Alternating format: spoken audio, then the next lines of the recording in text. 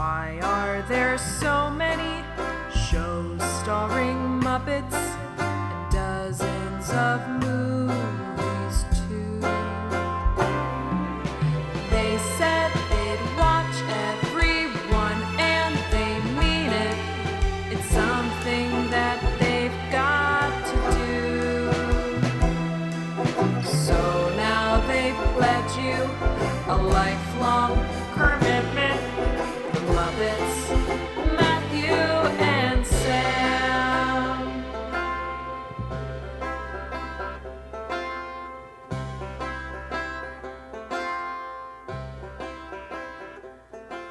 Welcome to Commitment, the podcast where two friends have vowed to watch all things Muppets. I'm Matthew Gatos. And I'm Sam Schultz. And this week we are continuing through 1984 and heading into April as we watch 4 more episodes of Fraggle Rock Season 2, entitled Red's Club, The Secret of Convincing John, Manny's Land of Carpets, and Junior Sells the Farm. Did you watch them all? I did. The way you just leaned into the microphone, I was waiting to hear you say, Matt, I fucked up. I watched them all. All right. I watched every single one.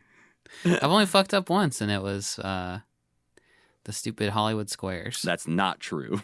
I fucked up another time? There was- yeah, we had to record a different time because I fucked up. There was one. That's why, like, as you leaned into the microphone, as I was reading off those titles, I was like, oh no, did he watch the No. wrong ones? I'm a good watching boy. These are easy because they're in order. They are in order. I think Muppet Show is the one I screwed up because those are crazy. I think there was a time where maybe you only watched 3 of the 4, or you watched the wrong 4 or something. Not a big deal. This actually, though, You're making it into a huge deal, Matt.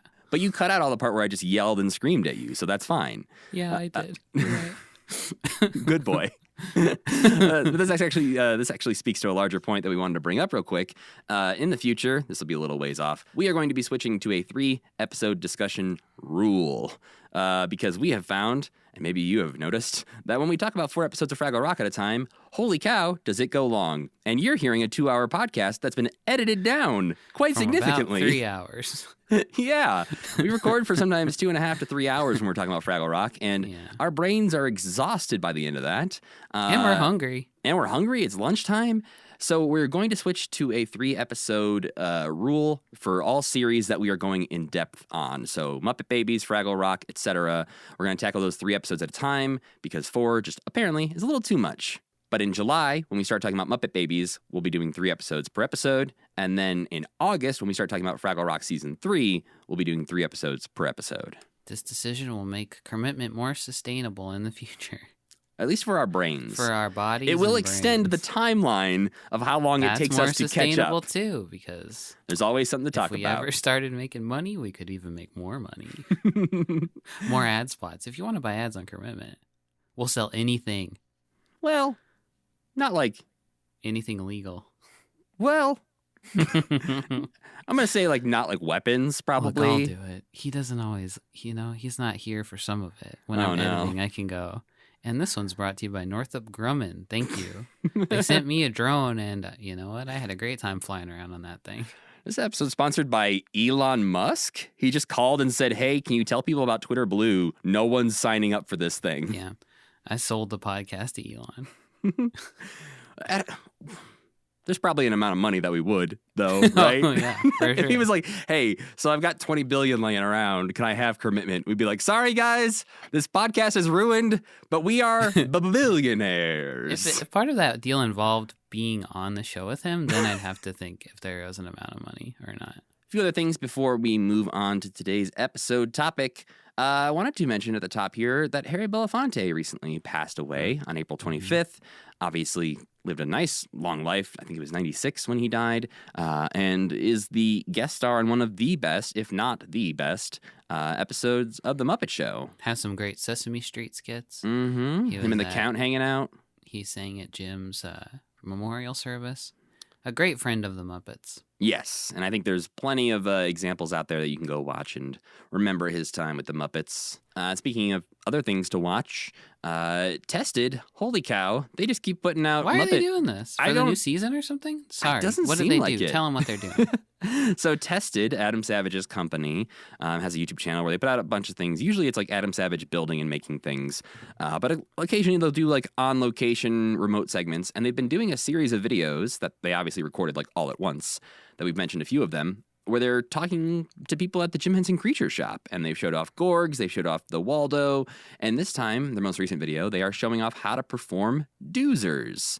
Specifically, they have John Tartaglia and Donna Kimball there to show how they perform Architect and Cotterpin in the new Back to the Rock series. And it's great. It's one of those things where I don't want it to ever end. I want them to keep doing weekly videos from the Jim Henson's Creature Shop. And I know it will end at some point, but for now, I hope just they keep surprising me with new videos. Also, Adam, if you're busy, we're happy to host this Jim Henson Creature Shop weekly video. You can fly us out to LA. I'll go to the Creature Shop and host a video. Oh, I thought you meant like host it on our website or something. No. To That's be a the weird hosts of the show. I'm going to have to learn how to make a website, I guess. And my last little note here is that this episode you're listening to is coming out the day before The Muppets Mayhem comes out. So tomorrow we will be diving in and watching all of those episodes. I know we just said we'd only talk about 3 episodes per episode, but we're making an exception for Muppets Mayhem. We're going to do a whole episode next week talking about just the overall vibe of the show, our favorite moments, favorite songs, favorite cameos, favorite lines, favorite episodes, whatever. And just the overall feeling and reaction to the show. So just last quick thing here, Sam, I wanted to ask you, what surprises are you hoping for with the Muppets Mayhem? Are there any Muppets that you're hoping will show up? Is there any like celebrity cameos that they haven't announced that you're hoping for? I'm really curious if any other Muppets will show up. Yeah.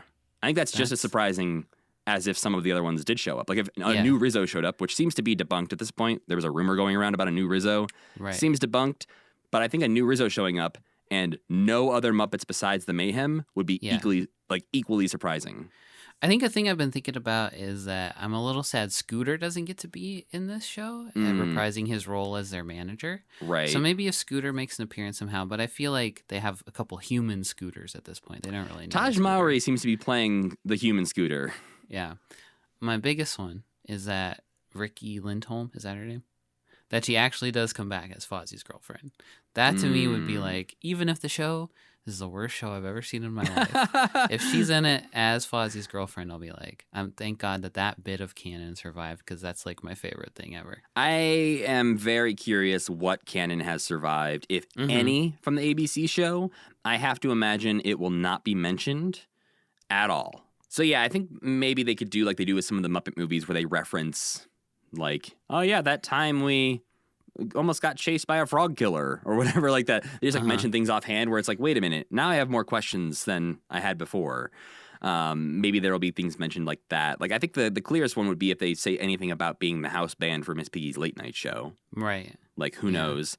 But it seems like they're leaning into they have been a band who has been touring for 45 years. Right. And has never released an album because they forgot to, essentially, is the story.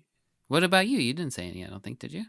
I feel like I added on to some things you said, but I also don't remember if I did say anything. What's one thing? I would honestly love to see a recast Clifford. Oh. I think bringing Clifford back in some way would be really interesting and one of those bigger surprises that would catch people off guard. Because it's been so long since he's been seen that I think people sort of expect Rizzo to come back at some point. But I think bringing back Clifford would be a bigger surprise for most people. So, I don't expect it to happen, but that's sort of like one of my wishes for the show.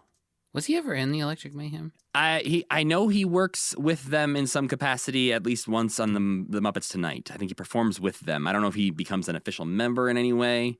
We'll find out in, 2 years when we get there, 3 years maybe. Who knows? He was in the Electric Mayhem in the Muppets at Walt Disney World. All right. Interesting. Yeah. So that's the thing is like I feel like, again, one of those things that feels like it should be mentioned at some point if they're doing a full show on the history of the Electric Mayhem, all this stuff. But I am also more excited about the fact that like in their music video they released, there's some glimpses of some new Muppets. What? Oh, I didn't watch Brand it yet. new Muppets. There's an old lady who looks like she might be related to Zoot in some way. Oh, Zoot's mom. Zoot's mom, Zoot's aunt. We're going to have to Zoot's... revisit our Muppet of the Week. Yeah. So yeah, there's an old woman who looks like a mix between like Hilda and Zoot. Like essentially, it's like if I made a Morpet of Hilda and Zoot, this is what this woman looks like.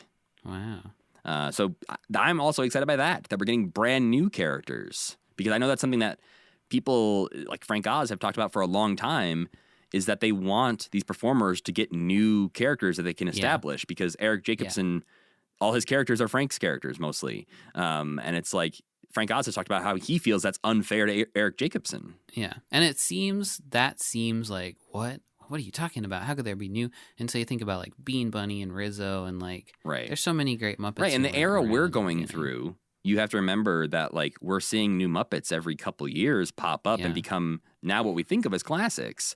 Right. And it's like there's a shutoff switch with, I think this is true of most things. This could be an hour-long conversation on its own. But I think for a lot of us, like 30 to 40-year-olds, I think there's like a shutoff switch from like when we were 12 of like whatever was canon then is what is my canon now, and I have the internet, so I'm going to yell and say if it changes. Right. And I think I do not accept Joe the Legal Weasel as a right. And a so valid Muppet. Right, and I think that's what a lot of people get into that mode and want to complain about. And so I hope there's some. I think actually Joe has squeaked through. I think a lot of people like Joe, but you have to remember that like Pepe didn't exist before Muppets Tonight. Like we have not seen Pepe yet in our journeys, aside from our Muppets Haunted Mansion aside. And he's like, if you had a list of like the 10 best Muppets, he'd be like the 6th best Muppet at this point or something like that. Well, and if you're naming Muppets, if like you ask the average person to like name some Muppets, he's gonna make that top 10. Yeah. He's probably gonna get named before any of the Electric Mayhem get named. Yeah. And they got a whole dang show. So yeah, that comes out tomorrow as this podcast comes out on the 9th. I thought one more thing. Yeah. And I'm excited to see Dr. Teeth do something, because I feel like he's never done anything. Yeah. Except in the Muppet movie, he did stuff. But I'm just excited to see like who that guy is, to learn a little bit more about him. We'll have to wait and see. Just one more day though. But for now, Sam, what did we watch this week?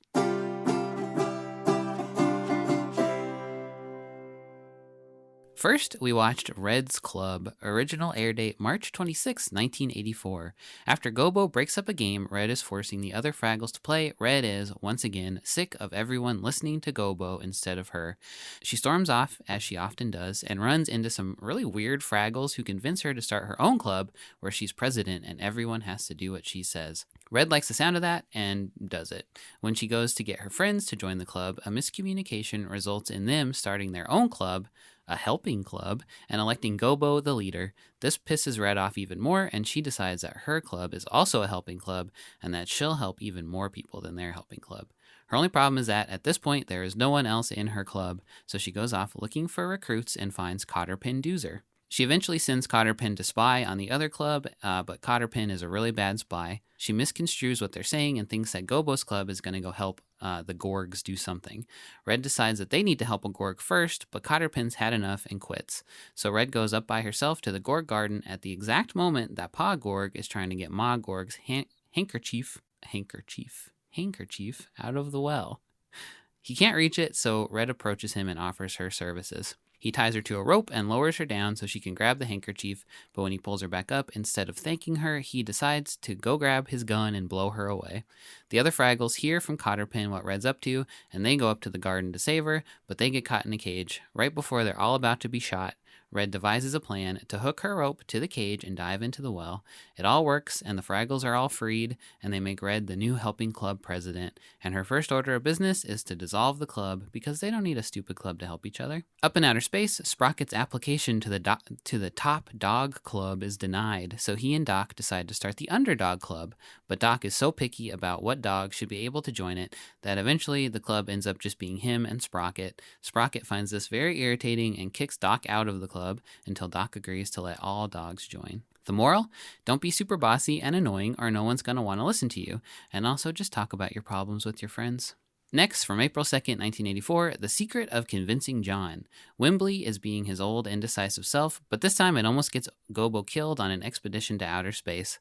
So Wembley decides that he needs to make some positive changes in his life and goes to Convincing John in the hopes that he can convince him to stop Wembling so much. It works so well that Wembley decides that he can't even be named Wembley anymore, and now he is going by Wilfred, and Wilfred is very sure of himself. So sure of himself that he starts telling all of his friends what to do all the time and taking weird risks like running up into outer space. The other Fraggles get super annoyed by this and force him back to Convincing John's, where John reveals his secret. He's so indecisive that he considers every possibility of every decision, but also at the same time, that deep analysis of everything is also what lets him convince anyone to do anything, somehow. Anyway, John knows the only way to break a highly decisive person is to present them with the definite challenge, which is a gauntlet of increasingly difficult decisions. After a few rounds, Wilfred's brain breaks, and he's back to his old, indecisive, but nice Wembley self. Up in outer space, Doc has also decided to make a change. He's going to start thinking positive and stop getting so mad all the time. However, he decides to do this on the same day that the water to his workshop stops working. He tries patiently to fix it, but he keeps getting extremely pissed off before eventually deciding that it's okay to get pissed off about some stuff, and he calls his landlord to complain about his water. The moral? While some change and growth is good, you don't need to change your whole personality to be a better person. Next, from April 9th, 1984, Manny's Land of Carpets.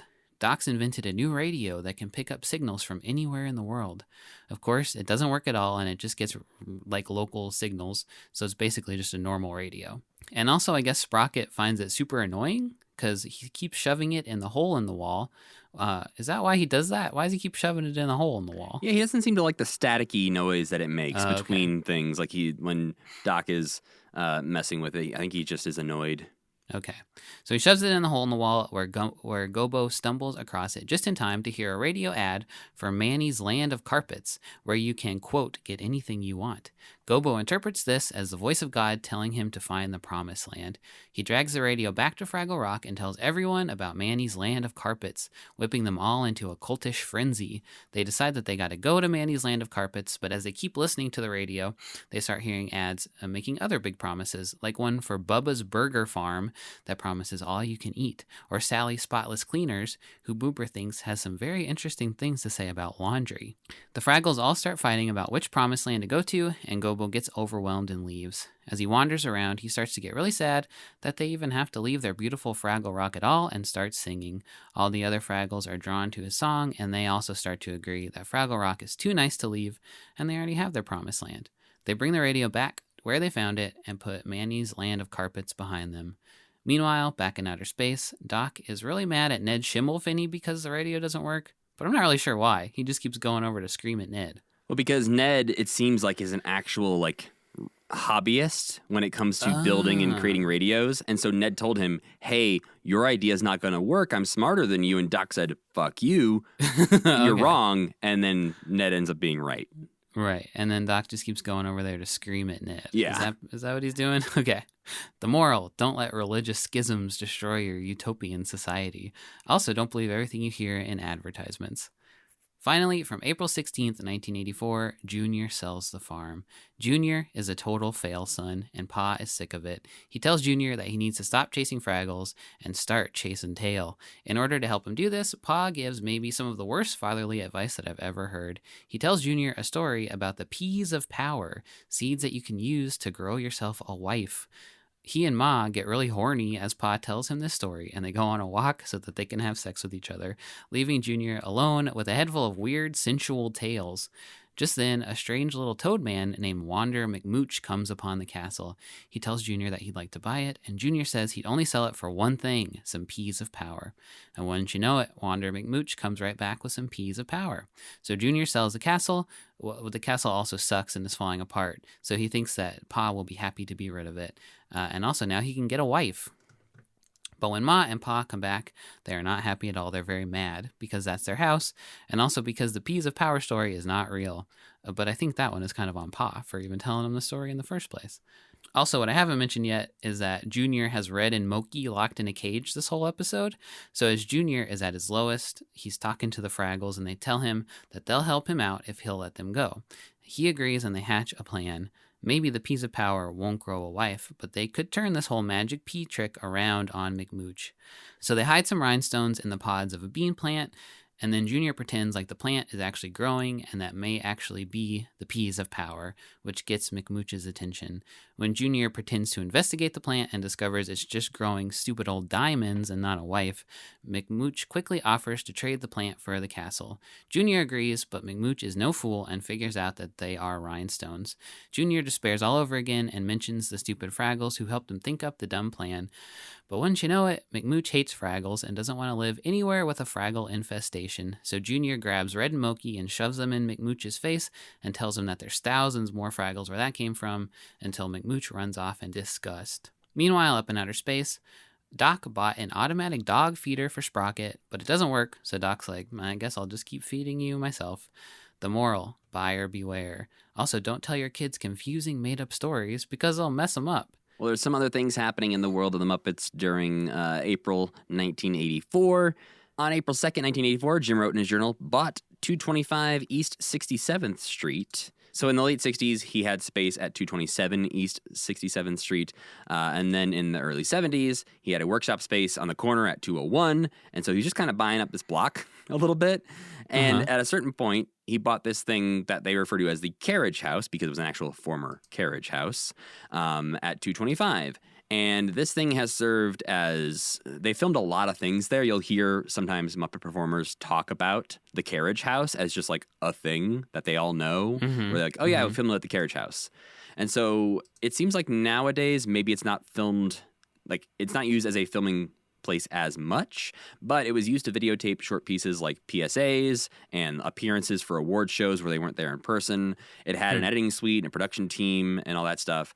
Nowadays, it seems like it's mostly, or at least, again, this was as of this Jim's Redbook post, which was done maybe 10 years ago. The upper floors house the offices for the Jim Henson legacy, where a friend of the podcast, Craig Shemin, would do his work. Cool. How rich was Jim? Is there, like, do we know? I don't know if we know for sure, but I have to imagine pretty rich. The way Brian J. Jones talks about him in the book is that he had no problem just dropping some money. Speaking of, on April 4th, 1984, Jim wrote in his journal, BMW stolen. Turns up several weeks later. Huh, okay. I couldn't find any more about this story. Like his car was stolen and it turned up several weeks later. I don't know how he got it back, if the cops found it, if he found it, if it just came back. It just sitting in front of his house again. Yeah, but his car was stolen and it just turned up several weeks later. So not exactly sure when it was stolen or if he's writing now that it turned up. Who knows? April 8th, 1984, he writes, FAO Schwartz opens Muppet Boutique. So this was the first shop-within-a-shop boutique of any kind at FAO Schwartz. And Michael Frith oversaw the design of it and made it look like an old Victorian theater lobby. I couldn't immediately find any pictures of this thing to share with you, Sam, unfortunately. That sounds so cool, though. Yeah, and so they had video players set up to show different Henson shows during the party. There was also, and this just says this, it says, the Fraggle Rock Radish Jam and Cartwheel Society, let us sing along. At FAO Schwartz? Yeah. What the hell was that? Great question. But they highlighted Muppets Take Manhattan, and this is around the time that was about to come out, obviously, that summer. And later that year, the Muppet Babies would have their own little boutique shop within the shop at FAO Schwartz. And don't know if anyone remembers this, but years later, like in the early mid-2000s, this was still kind of happening. There was a like make your own whatnot Muppet section of FAO Schwartz where you could go in and customize your Muppet and they would build it for you in the room. Right. You have one, right? Yeah, I ordered one online. They had an online shop, and there was this weird coincidence where I happened to look into it online like the week they were closing it down, and so everything was like 60% off, and I was like, I'm getting me a Muppet. That is unfortunately not a service anymore, but it was a very, very cool thing they were doing for a while. How can nobody have taken pictures of any of that stuff? Because there wasn't Instagram. They weren't worried about posting it. Yeah. It's like, why? There's no pictures of like food from their plates. There's probably like official FAO Schwartz pictures in a file they exist somewhere. April 10th and 11th, 1984, Jim writes, shoot Muppet Babies MTV. So They made a music video, Sam, that we are going to watch pretty soon here on this year podcast. This is the music video where the famous image of Jim in those cool sunglasses comes from, where he's got his hair slicked back, turns around, like pops his collar and walks away in Kermit feet. Yeah. They made a music video to promote Muppets Take Manhattan, and this was when they were filming it. Does that music video exist still? Oh, yeah. We get to see the whole thing, and it's great in a weird, perfectly mid-'80s MTV kind of way. It says here they made the set surrealistically large, much larger than the one used in the movie, to just give it a little bit more of like that weird music video. I don't know, 80s music videos, they were just like, what if the walls leaned inward? Or what if this one leaned outward and then windows were 10 feet tall? Those are great times, you know? What if the whole room was spinning around? Wouldn't that be crazy? Apparently the video was a hit. It was named as a finalist at the 1985 VPA Monitor Awards in the Best Achievement in Music Video category. I guess the MTV Awards didn't exist Probably yet. not, no. Okay. And Jim was apparently named finalist in the Best Director category. Yeah. I'm very curious. I want to see behind the scenes of this, and I don't think it exists. But it's fascinating to watch it and go, like, this is the first time I feel the 80s invading the Muppets. Up to now, they've seemed pretty timeless. They're kind of like even a little behind the times. But this is the first time where I'm like, they are directly aiming at the time in which they live. A trend which will continue to their detriment occasionally. Occasionally. April 13th, 1984. Jim writes, CBS commits to Muppet Babies. So we talked last time about they had the meeting to talk about the concept of Muppet Babies. This is when they actually say, hey, we're going to do this. Like a week later? Yeah, pretty much. That's crazy. Within a couple of weeks at least. This is when they commit to it. Again, it will go on the air in September. So an animated series was thought of in April, and then they were like, yeah, we can make this by September with all these, live action Star Wars clips and Indiana Jones things cut together with it. Insane. I wonder if when we watch it, we'll be like, oh yeah, this is clearly made in 2 weeks. Well, we'll find out in July when we're talking about that. I remember it looking beautiful. Yeah. So, yeah. That's the one thing is like I have watched some of the newer Muppet Babies series, and it's very charming and clearly like not intended for people my age. But it's like the one thing Nothing's intended for people our age, Matt. The one thing I miss from it is the live action movie clips, which obviously is a rights nightmare. They could do all Disney stuff, maybe. Yeah, but then I would feel like it would also be a little bit too pointed. That it's like, oh, another Little Mermaid one, huh? Cool. Right. Whereas they can mix it up a little bit more in the past. Yeah. It's like the whole point of Muppet Babies, really, like the clips. Right. All their imagination the things take place in like live action clips for the most part. Yeah. Whereas the new one is all animated segments. It's kind of a weird message. It's like their brains are rotten. They couldn't think of anything besides a movie. That's why we are the way we are, Sam. Oh, well, yeah, I know. Yeah. I don't want to be this way. Oh, well, sorry. Bad news. We've got 1,000 more episodes of this podcast to make. Uh-oh. And the last note is April 14th, 1984. Jim wrote, preview Mups Take Man in Hartford. I don't like that. Yeah, it's MUPS take MANN period. It sounds like something you see on like what's Bat Boy, like a tabloid. Mups like take man. Man being dragged into the sewers. By Muppets?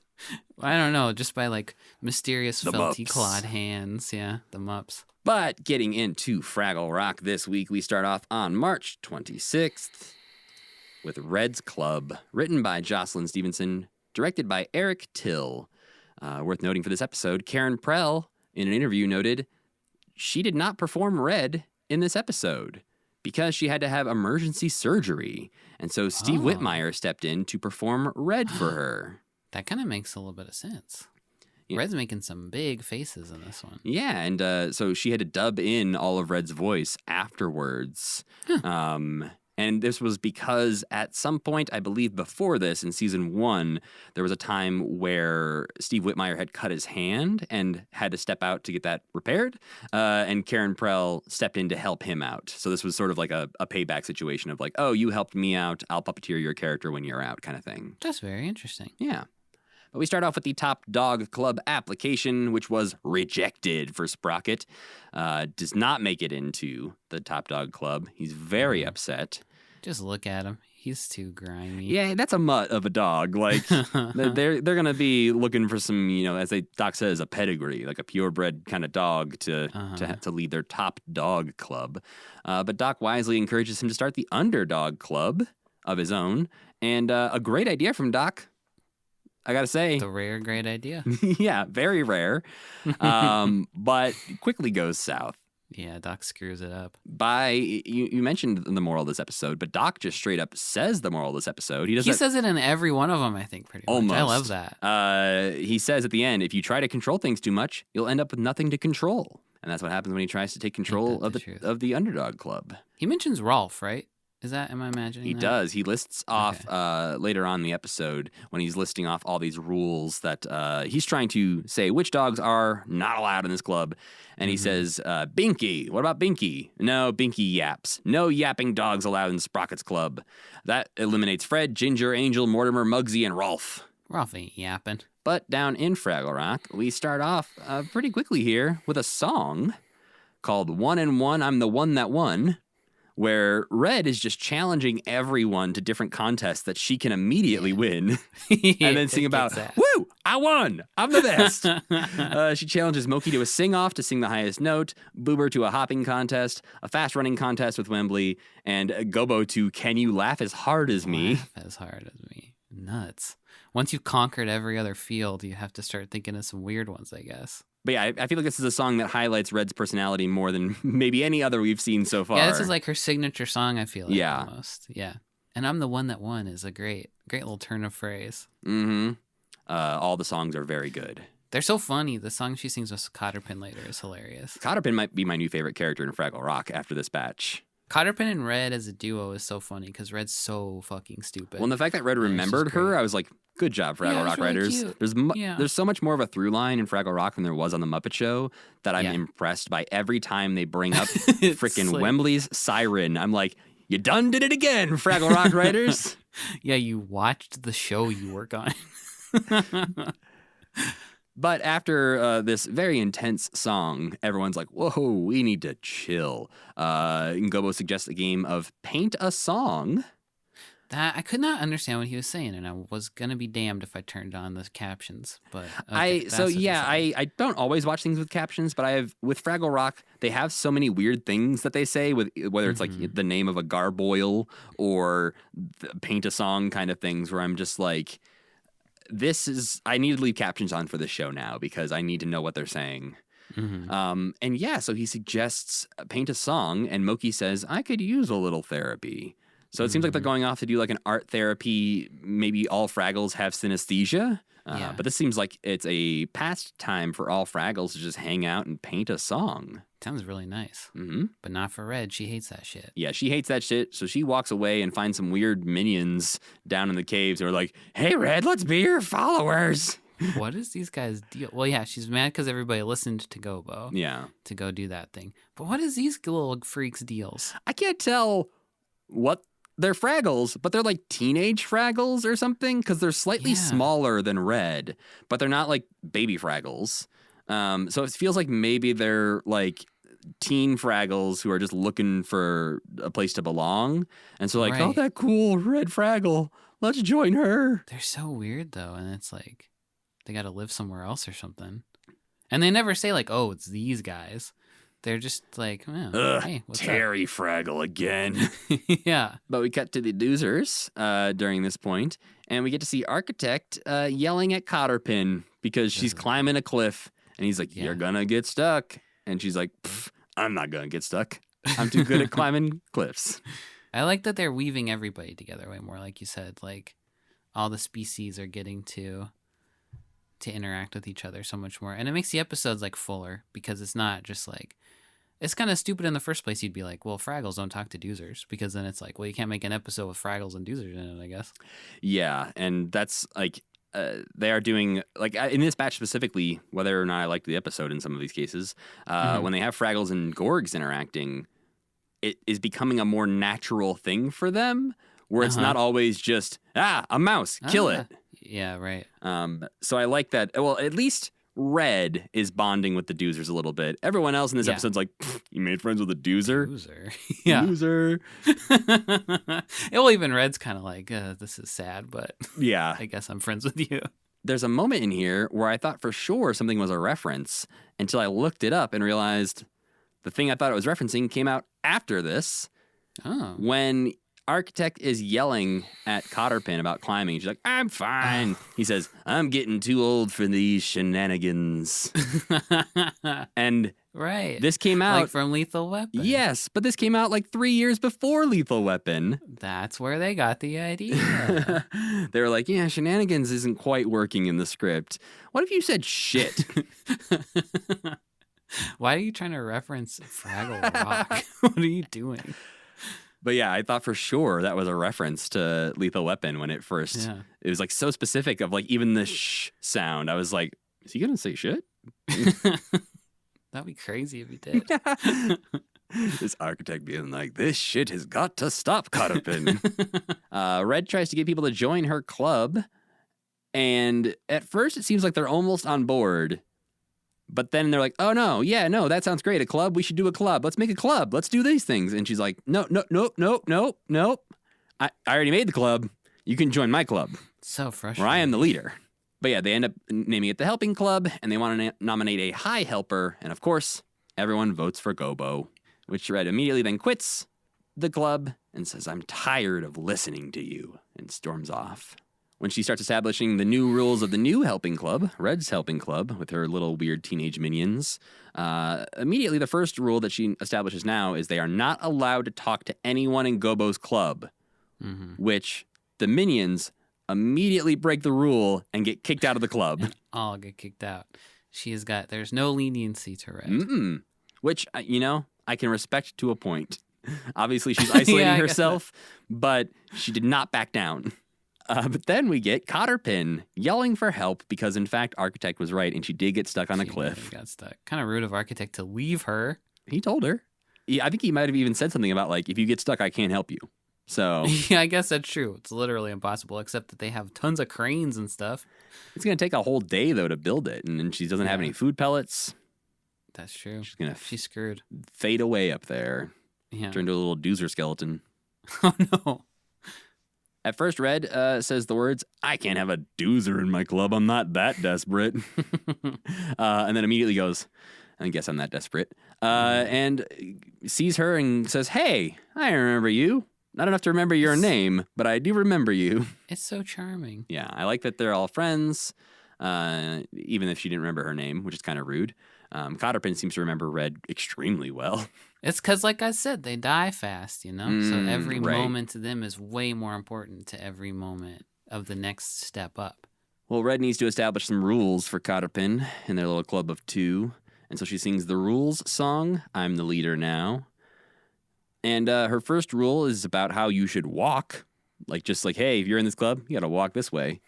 And immediately, Cotterpin says, well, rule number 1 is a son of a gun. If I walk that way, I'll fall. And that's the first of a couple slightly more adult language uses in this batch of episodes. Son of a gun was kind of surprising to me. Yeah. But I did like that basically this song is Red singing a bunch of rules at Cotterpin saying, that's not going to work for me. And Red going, I'm not going to do that. Yeah, well, actually, I'm going to change the rules. Doozers don't have to abide by any of these rules. That's great. I don't know. This song was like my favorite in the whole batch. I watched it twice. I don't know why. It was just so funny. Red is so convinced of something that she believes she's doing it the way she wants to do it. That she believes she's establishing these hard and fast rules for a club that she's starting.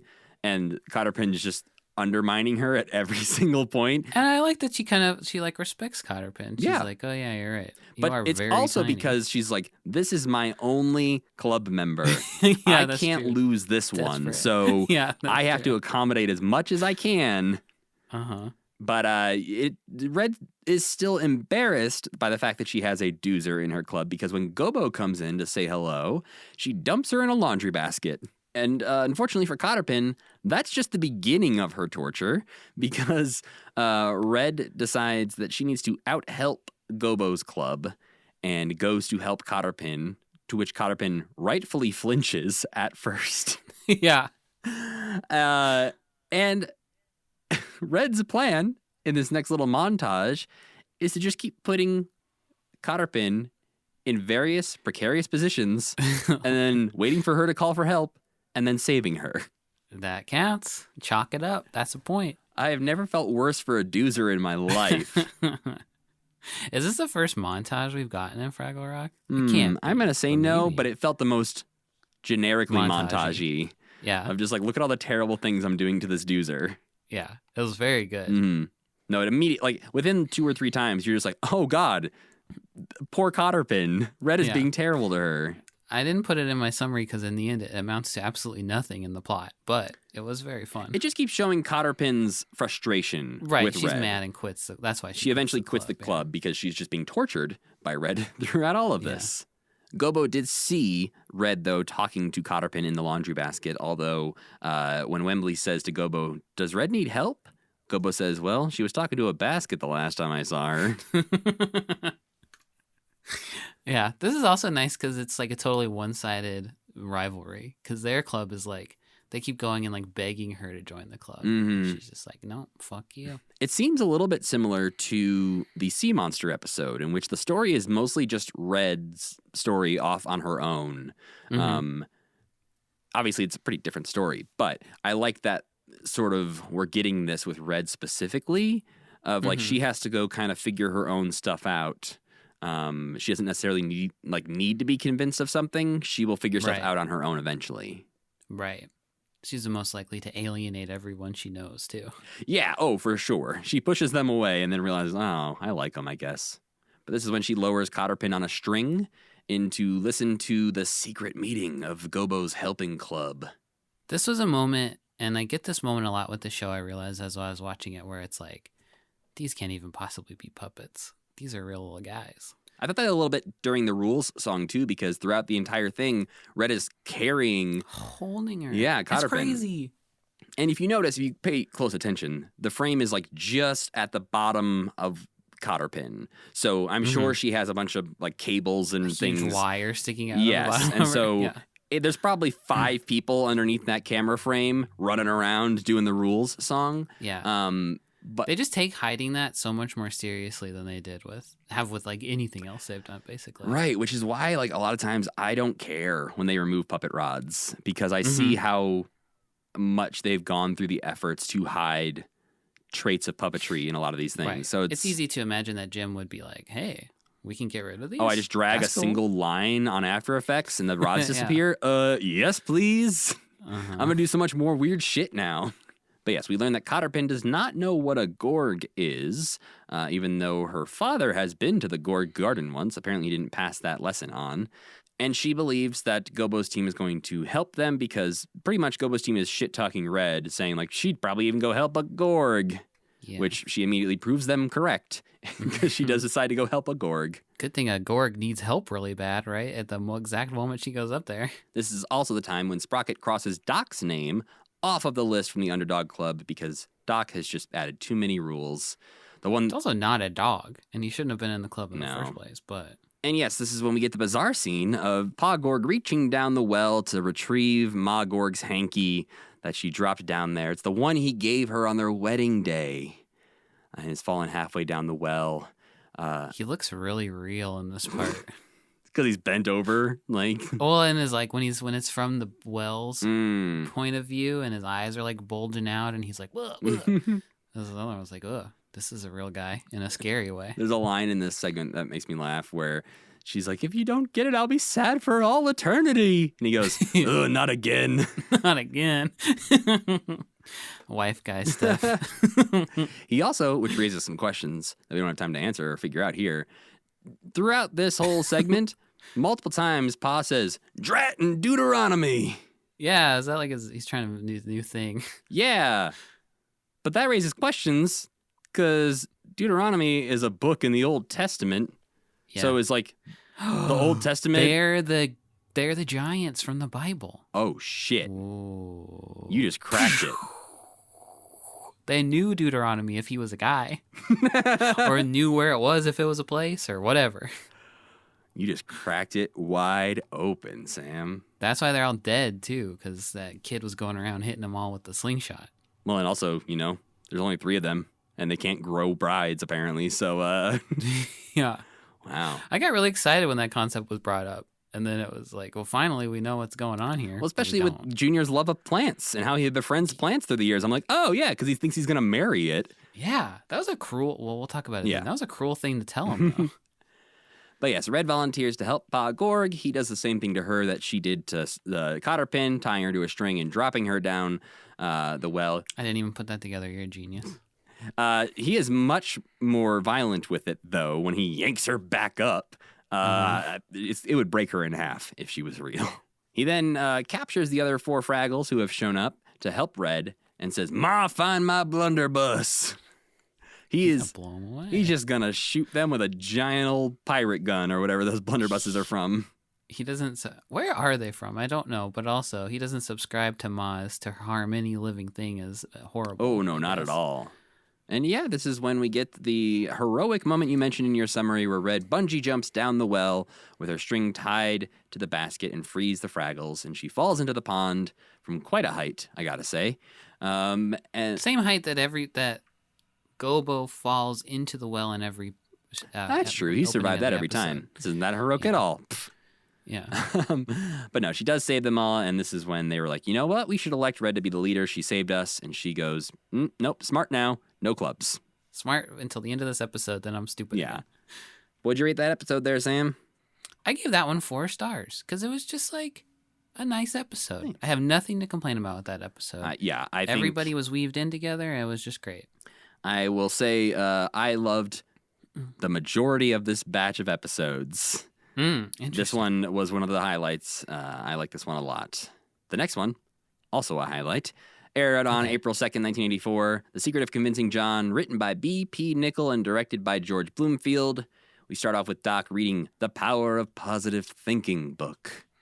This is one of my favorite Doc subplots, I think. It's just so funny to see that guy get so mad. It's very good, and I think would almost work better in the last episode of this batch. Because there's a part in there where Moki is doing the, like, positive thinking, Red. We must be positive. Right. And it felt like those two things would be more connected. But, yeah, not a big deal. But it just felt like, I was like, oh, weird. It feels like you could have saved that, I guess. But Doc does so much comb-over acting. I love how his comb-over just gets, like, so it's like its own character. Yeah. But he is apparently the new secretary of the Society of Tinkerers and Inventors, and so he has to send a bunch of mail. And he's recruited Sprocket to help him lick the stamps. Mm-hmm. Remember when you used to lick stamps? I mean, you still have to, like, lick the envelope. Sometimes, unless you're rich. You know, the little peel-off tab thing. Yeah. But he is determined to develop an entirely new personality as a positive thinker. Mm-hmm. But immediately he is tested because there is no water coming out of his plumbing system for Sprocket to drink, because Sprocket needs to clean the bad stamp taste off of his tongue. Mm-hmm. And of course, because Doc is Doc, he forgets immediately about Sprocket's needs and decides, I'm going to throw myself headfirst into this problem. And says in the past, he would have just gotten angry and called the landlord. Some new Doc lore unlocked. Did we? I feel like maybe we knew he rented, or I feel like we've talked about it before. I think maybe we speculated that he rented Ned Schimmelfinney's shed. Oh, right. I don't know if we ever learned about a landlord or anything, but at this point I was still thinking, maybe that's Schimmelfinney's shed. Yeah, maybe it is. Do we know? We do learn it's not later on. Oh, okay. But first, we get Gobo talking up Convincing John, who, holy cow, is this confusing, is apparently coming to the Great Hall to convince everyone to become clowns. Yeah. That's just the thing Boober says, like it's a normal sentence. Yeah. How and why, and there's just a lot of questions that come along with that statement. Did he send a letter ahead of time? Letter, like, hey, everybody, like I'm coming, gonna make y'all clowns. Can't say no. I'm Convincing John. Yeah. I mean, you really think you just need the letter, and then everyone would just be like, well, we're gonna be clowns. So maybe he's not convincing through text. He's a face-to-face guy. But it's a super fucking weird thing to do, Convincing John, and it only gets weirder from there.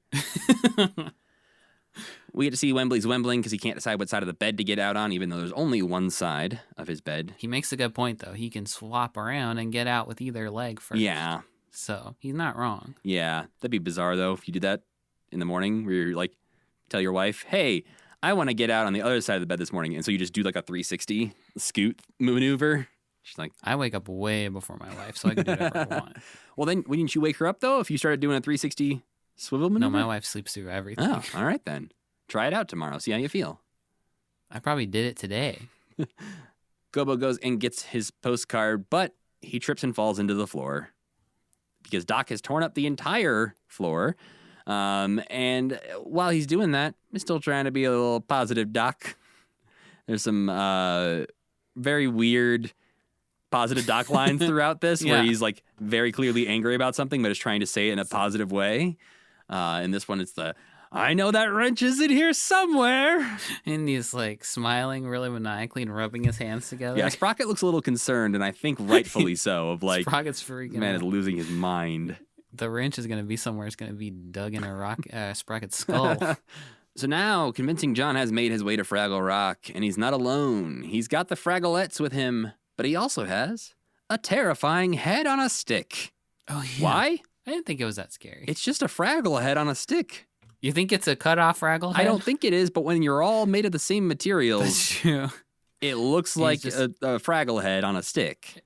And he's like, here's why you should be a clown. And then he holds the stick just right up into your face. Yeah. And that's how he does it. He says the words, say yes to the nose, and just feast your eyeballs on this. And he holds out the head, and there's a weirdly long pause. There is. Where there's like a break in the song. Everyone just stares at it.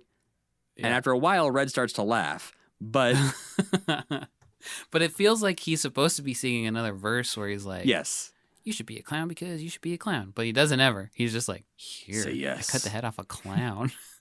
I'll cut the head off of you if you don't become a clown. Yeah. But then you cut the head off a clown, so are you going to cut our heads off? No. No, I can convince I you I promise. won't. I convince you to cut your own head off. I'm Hannibal Lecter. Oh my God, he could do it too. Mm. Oh, God. Nope, too dark. Moving on. Gobo is remembering the time he just fell in a hole 2 minutes ago, so he asks Wembley to this time help him out by attaching the rope to something inside Fraggle Rock so that he can cross the chasm. But Wembley, of course, cannot decide what to tie the rope to, a pipe, a rock, something else. And while he's trying to decide, Gobo once again falls in the hole. Okay, here's one of my first problem with this episode. Gobo's fine when he falls in the hole. Yeah. He just comes back out. He's like, I fell in the Yeah, he's hole. fine. I think this would have been a good episode. There could have been a different episode where it's like he falls in the hole and it's bad. And Wembley's like, oh, I fucked up. I have to help him. Right. It is kind of It seems like a waste of a premise. It's kind of an anticlimactic thing where I did think he was going to have to be saved by a decisive Wembley or something later on. And like the whole episode, he would just be stuck in the hole. Right. But and like Sprocket sees him fall in the hole. So Sprocket could have been involved in this whole situation somehow too. But yeah, it kind of resolved itself in a weirdly just convenient manner where Mm-hmm. for a moment, Wembley is freaking out saying, what have I done? I've killed my best friend. That's what I've done. But in the meantime, Doc just conveniently moves the trash basket out of the way and sets it next to the hole so Gobo can casually climb out. Wouldn't be able to see Gobo anyway, apparently. Yeah, no, it's too dark in the hole. That's what he says. Yeah. But Gobo just casually climbs out of the hole, grabs the postcard completely unnoticed, and walks back. Yeah. He's not even really mad at Wembley. He's just like, well, I know you, buddy. Yeah. It's okay. We've all expected you to fail. I don't know why I gave you this task in the first place. I have a very competent friend named Boober who would have easily tied it to something. I, at this point, love positive Doc because when he's talking about this, he says the line, Oh, this part's great. even though it's dark in the floor, it doesn't mean there can't be light in my heart. Terrifying thing to say. This was also when we're in the beginning, Gobo and Boober are talking about how indecisive Wembley is. And I also, for some reason, it just like touches something nice in my brain when when Gobo and Boober are just like being normal. It's like they're the only two normal people in all of Fraggle Rock and they can have conversations that's just like, isn't that guy crazy? Yep. Have a great day. We get another moment like that later on where Wembley and Boober are just watching laundry dry together. Oh, And that's it's a great nice, too. sweet little friendship moment. Boober's secretly like the best one of like the nicest friend of all of them. Yeah, no, he's the only one who, like, as long as you don't bother him, he'll care about you more than anyone. And even if you do bother him, he'll be like, fine, Yeah. I'll come help He you. will sacrifice himself quite a bit before he gets angry. But now he's wearing a clown nose. Yeah. Because apparently convincing John was convincing enough to convince everyone to wear the clown noses. Boober sees Wembley freaking out and says, "What's wrong?" Wembley says, "I almost killed Gobo. That's what's wrong." He's like sprawled out like a 90s teenage girl on his bed. He's kind of just like, oh, Woe so is sad. me. Yeah. Boober says, though, "I just saw Gobo. He didn't mention death once, so I think he's fine." And this is when Wembley realizes, oh, I can get convincing John to convince me to stop Wembling. Yeah. Like hypnosis for smoking. Pretty good plan, actually. Oh, yeah, no. It was one of those that's like pretty clear early on what was going to happen in this episode. Yeah. As far as like, okay, convincing John's coming, and they're really leaning into this Wembley can't make decisions thing. Okay, we got to have a solution. But the Doozers also all were convinced to be clowns, apparently, because all the Doozers have clown noses. Yeah. They like convincing John's song. It shows him doing a little dance to Why? it in the earlier. Why does he want everyone to be clowns, Sam? And then partway through, they're just like, well, let's take these noses off. Yeah. So it is kind of fun that he Yes. can convince anybody to do anything, and then eventually they're just like, what? Okay, Well, it feels like I guess we did it feels like there's a moment where maybe they had filmed a scene previously without the clown noses, and then much like Fozzie's John Wayne voice on the Muppet Show, they had to realize, well, shit, how do we transition from this to this? And it ends up just being them saying, first, let's get rid of these silly noses. Yeah, like an ADR line of the like, Yeah. who forgot to tie the clown nose to Boober? Shit. But Wembley goes to find convincing John, and this is maybe I'm just reading into it, but there's like a little bit of like a brothel vibe going on at first. Yes, I was getting that too, where he has 3 wives. At least he's got, I mean, even if it's not a brothel, he's got 3 wives. Well, and when he first walks up, the Richard Hunt Fragglette says, "Looking for someone, baby?" And I was like, "Ooh, okay. What's happening here?" It's unseemly over there. Yeah. Wherever he lives is there's something different going on there. Yeah, the Fragglettes give him some options of how he can change his personality. Yeah. There's the one verse basic course, and temporarily thinking of yourself is pretty okay. And like they pulled down a picture of like anime. There's a very they have example drawings of, I guess, a pretty okay Fraggle, but it looks like an adult human mixed with a Fraggle. It looks like what you'd see on Twitter where somebody's drawing like Gobo and Wembley kissing, and that's how they draw them. You know? It's like the Rugrats all grown up of Fraggles. Yeah, It's like this weird. Their eyes are all wrong. It's like just such a weird way to draw them. Yeah, he's got like the swept back hair going on or something. It also looks a little bit like a Simpsons character. Yeah, Like a Fraggle in Simpsons animation style or something. Right. But yeah, it's bizarre because the 2-verse option is the 2-verse total confidence in public, but still some doubts in private tutorial.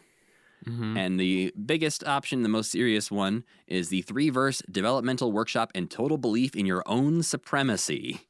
I love this part. I just like the way that I love when they acknowledge that the songs exist in the show so much, and this one especially is like his power is directly related to how many verses of the song he's going to sing. If he sings like a line or two, you might be a little suggestible. But if he sings 3 verses, you're going to believe you're a god. Yeah. And that's sort of, it seems like Wembley signs up for the god level one at first.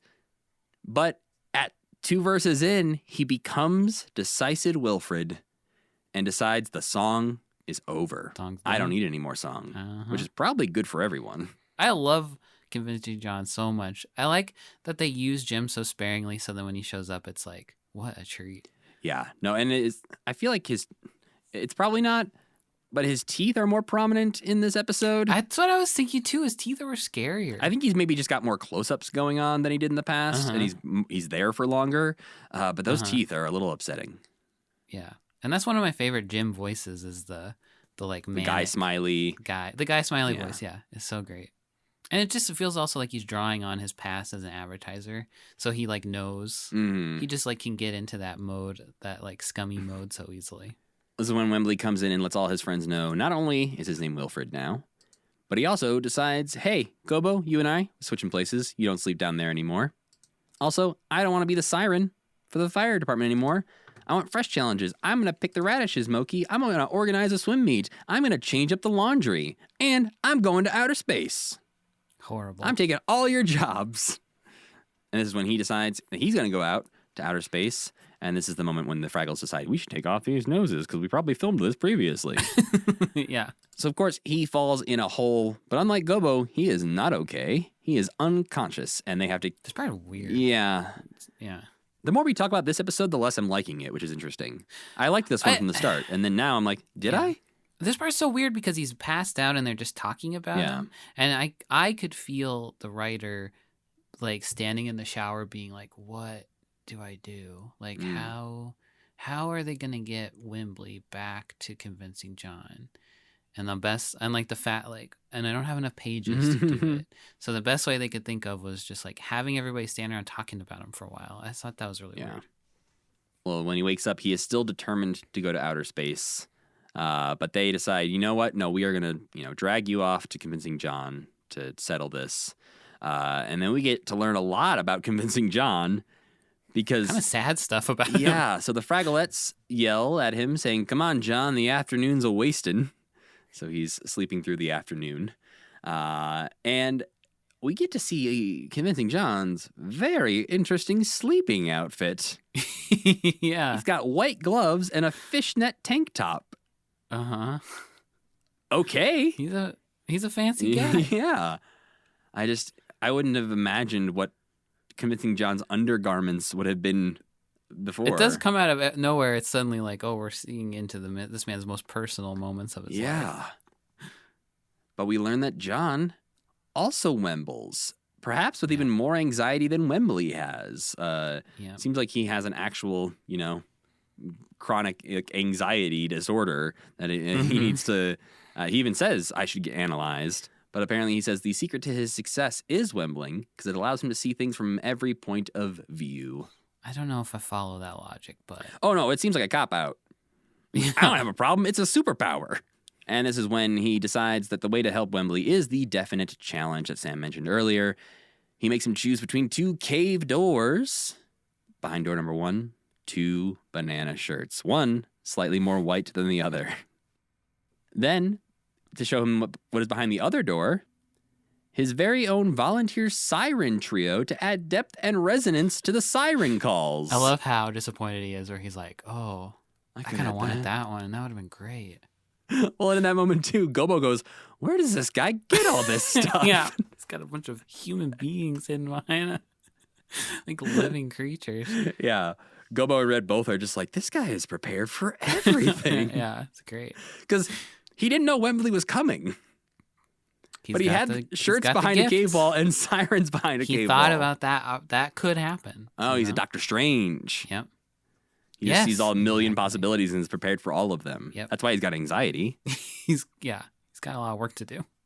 The next challenge is choosing between a 50-year-old Doozer Teeth Tower, I believe they call it. I think so, yeah. That was withdrawn because the building material was too sweet and drove Fraggles wild. Yeah, they had to seal it up in a secret cave somewhere. Yeah, the Doozer Tower that was too tempting. Uh-huh. The alternative is a slice of moss melon, the rarest and sweetest fruit in Fraggle Rock, which is only harvestable every 100 years. And this is the challenge that finally breaks Wembley and returns him back to Wembley from Rolford. That is a tough choice. I don't know what I would pick. I mean... I think the tower that drives you insane. I was going to say the moss melon. Oh, really? Okay. I think I'd one be like, drives you insane. The other one is just good. Yeah, but you got to see how good something is that's so good it drives you insane. Mm. You'll always wonder. But you can how always insane be like, could I be? I'll find a moss melon again eventually. 100 years? Yeah, maybe there's somebody, You don't know when that 100 years is. Maybe the bumper crop of moss melons is just coming out, and that's why Convincing John has one. That's true. Maybe it's like wine, where it's like, yeah, there's like wine from every year, but this one is a 100-year-old wine. Right. You plant each year. Exactly. Yeah. Then, I'd take the tower that drives people insane. Okay, great. Unless it's made of teeth. I wasn't clear on that either, yeah. Yeah. But Wembley is fixed, and so we cut back to Doc to wrap up the episode, who decides some things you should get angry about, and don't pretend things that are okay when they aren't. Yep. And there's our moral of this one. Don't let your landlord off the hook. Yeah. Who is Mr. Fenton, we learn, because he calls his landlord and says, Mr. Fenton! And Mr. Fenton was just about to turn the water back on. It turns out he was doing some work. I think he's illegal. I think he has to tell you if he's going to turn your water off. Yeah, there's a little, because you only hear Doc's side of the story. So it sounds a little bit like maybe Mr. Fenton did call or did try to talk to him and let him know, Right. but Doc wasn't around or didn't hear it. So yeah, I think there's definitely, Doc could push back a little bit there because I think there's definitely some illegality going on. Yeah. But yeah, he decides, I don't need to change my personality, but I could try to growl a little less. Yeah, I guess listening to this one, it's also a little bit like, hey, sometimes your weaknesses are your greatest strengths too. This one was tricky for me. I think I was really set up because the title's so good, The Secret of Convincing John. It's like, what is it going to be? And I think his secret was a little bit kind of a letdown. So I gave it 2.5 stars. I did like watching it, but I think the whole time I was like, this could have been something. But now I just kind of feel bad for Convincing John, where before he was like the Joker, like a force of nature. But now he's just like some guy who's like, can't get out of bed in the morning, which is fine, but...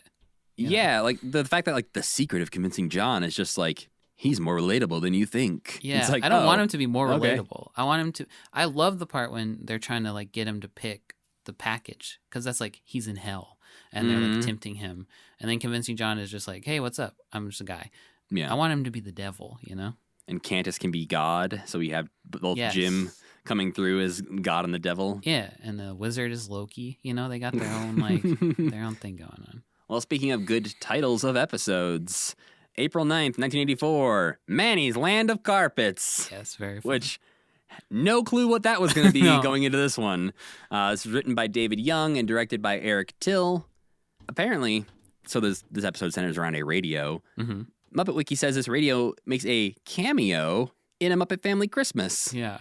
It can be seen on the windowsill in Emily Bear's living room when Doc, Kermit, Sprocket, the Count, and Robin are looking out at the snowstorm. What year did that come out? 1987. So we'll talk about it this year?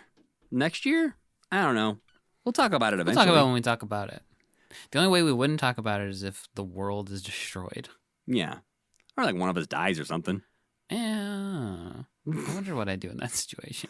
Well, let's not think about that. Let's think about Manny's Land of Carpets. Okay. Where Doc and Sprocket, Doc, not Sprocket, built a simple, cheap radio that anyone can build, is his latest invention. Sprocket is so done with him at this point. Yeah. He is so annoyed. It's like, he knows I know this this isn't isn't going to work. Why are you even talking to me? Doc's idea is to have a radio that picks up signals from the other side of the world. He invented internet radio. Yeah, pretty much. Something that is very easily achievable these days. So I could type in like live radio Bombay. It would be there in 2 seconds. Uh-huh. Sadly, Doc has not yet perfected that system and does not make billions of dollars. Because he turns it on and all you hear is an ad for Manny's Land of Carpets, which is all the rugs you can carry for $27.99. And it's just a local store, Doc Yes. points out. Which did raise the question for me, because of the way this episode plays out, of what the international version of this episode was like. Because when you read the description on Muppet Wiki, a lot of times the international versions are drastically different for the Doc parts of the storylines. This one overlaps so much that I really wonder how they would rewrite this to work internationally. There's no information about it on Muppet Wiki, so unfortunately don't know. But I do have questions of how they would incorporate that. Well, I feel like it could be pretty similar, like the UK especially. They got their radio. We were on it. Remember? Yes. But like, would they keep Manny's Land of Carpets? And are like, is it, the captain in the UK makes a radio that actually does get signals from the other side of the world and is getting signals from America? Or do they change up the voice of that and what the context of the radio is saying? Because normally a lot of, like, they don't reshoot the Fraggle parts. So the radio stuff is still having to happen, and the whole plot of the Fraggles wanting to be going places that the radio says to go would still be happening, presumably. Yeah, and the whole other side of the world thing is completely unimportant because the only thing it does is like it's just a way to get Doc out of the house to go yell at Ned, which is very flimsy already. Right. Yeah, because he could have just dropped his radio in the hole, Mm-hmm. But he's like, Ned Schimmelfinney said this would happen, and then he leaves to go talk to Ned about it. And this is when Sprocket hates the radio and puts it in the hole. But it's also postcard time. Specifically, Gobo says, it's postcard time in the big cave. And then sees the radio and freaks out a little bit. At this point, I also noticed Gobo's wearing some good hats lately. Why does he have a hat this time? Well, because he's got a hat collection that they sort of build up over time. Uh-huh. But I don't think they ever really call attention to it. They don't even mention this hat. Like the other one, at least he's wearing because it's winter. Right, quote and unquote. Sprocket eats him Yeah. But this time it's just a fun hat for no reason. This is when Boober and Wembley are having a good time just watching laundry, admiring the fact that the cuff on this shirt dried before the collar. But Gobo interrupts and says there's a shiny black box blocking the hole. But thankfully, there was apparently a postcard already in Gobo's vest that he hadn't read. Oh, right. Yeah. So when Boober was doing his laundry, he found this postcard that they get to read out at this moment. And we get to see Uncle Traveling Matt lining up with kids to see Santa Claus. This is great. It's their magic friend, the wish-granting creature who comes out of hiding once a year. I really like this one also. Well, I really like this one for the most part. But I like that Matt's postcard confuses them at Fraggle Rock and makes something happen. I think that's really interesting. Yes, I do like that he can lead them astray in some ways, which maybe if at that time Moki and Red were standing there, they would have been like, I call bullshit on this. Yeah, if at one point Gobo had said, I learned all about this from Traveling Matt, Red would have been like, well, why are we doing this? Yeah, everybody stop. He's obviously a fool. I thought it was very sweet, though, that Uncle Traveling Matt asks Santa to let Gobo and his friends come to outer space and visit. Yeah, and then That's he's very like, well, we'll sweet. give him a present at least. Right as Doc's coming home, Sprocket retrieves the radio quickly from the Fraggle hole. That's so weird. Like, this part is so weird that he's putting it in the hole. I think is weird. Why didn't you just turn it off? He doesn't have thumbs. He doesn't know how. He does have thumbs. has We've talked about this. Yes. But he doesn't know what to do. He's a dog. Okay. But we do get to hear another ad for Bubba's Burger Barn. Notable, it's Jerry Nelson very clearly doing all of these radio ads. Talking to himself as Gobo. Yes. Basically. And then we get some more Doc lore. Because Doc is still upset that it's only pulling in local radio ads. And he says that I need to walk down by the seashore. So not only do they live by a bay, but there's a seashore, presumably the same bay or whatever like that. We're establishing that they are a coastal community. Well, he got all that seaweed. Yeah. Right. I always picture him living in Maine. That's what I could see Maine. Maine makes sense to me. I don't think I picture the Fraggles and the Gorgs living near Maine, but like maybe there's like a weird portal that pulls you into the Hollow Earth where it's just Muppet Family Christmas seems to imply that there's a portal, right? Because they go to Fraggle Rock. Yeah, in that these holes hole, just too. pop up everywhere. Well, the Fraggles approach the radio once Sprocket puts it back in. It lights up and makes a bunch of staticky noise. So they decide, hey, we need this thing. Let's take it back to the rock. And they think it's their present from Santa.